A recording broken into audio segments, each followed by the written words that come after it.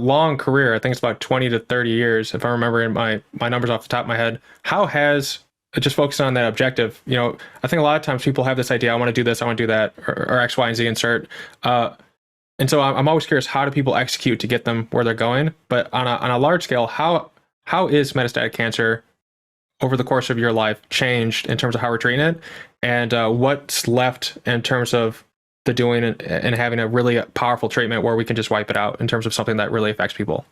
Yeah, no, that's a great question. Yeah, so it started for me during my PhD. I did my PhD at University of Victoria in Canada, beautiful place, but I was doing hardcore biochemistry, not really applied to any specific diseases. And my father-in-law at the time got diagnosed with metastatic kidney cancer. And I was using these amazing cutting-edge technologies in the lab, and I saw, what he was offered in the clinic was just appalling. There was basically no good diagnostic tools. There were really no good therapies. Believe it or not, the only clinical trial he was offered was thalidomide. And if you remember thalidomide, it has quite the track record, really the reason why the FDA exists today. And I basically decided at that point to pivot from hardcore biochemistry and go directly into, oncology. And so, at the time, we were just starting, chemotherapy, radiation, none of these targeted agents, specific agents, or immunotherapies were even on the radar yet. So there's definitely been a revolution in the way we treat cancer. And again, the discovery of checkpoint inhibitor, the discovery of immunotherapies like CAR T have really revolutionized the space. These targeted therapies, targeting specific oncogenic pathways and have really changed the game. Although we're finding cancer is pretty wily and can evade a lot of these targeted therapies. I really think that the biggest advances have been in immunotherapies, really arming the immune system against cancer. And we've seen some just dramatic gains, although these gains are somewhat limited. So we've seen, pretty good response rates, these response rates going down to the double digits, but really for many cancers staying, in the low double digits. So I think, there's still a lot to be done to try to unlock, cures for the rest of the population.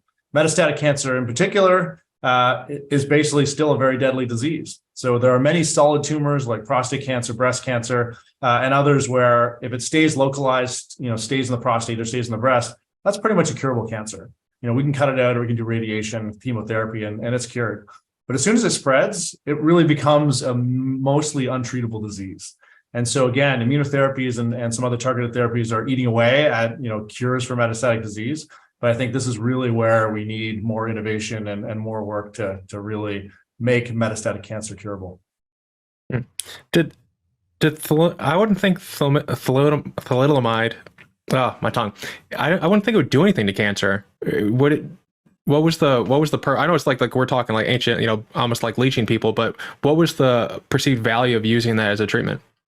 Yeah, so I mean, it's interesting because it's really a major rebranding effort, right? So, it was given to mothers in waiting, to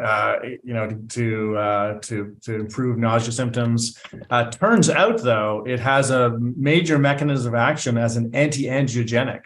So it basically inhibits the growth of new blood vessels, obviously, which is really important in the development of a fetus. And so we saw these birth defects as a result of this anti-angiogenic effect.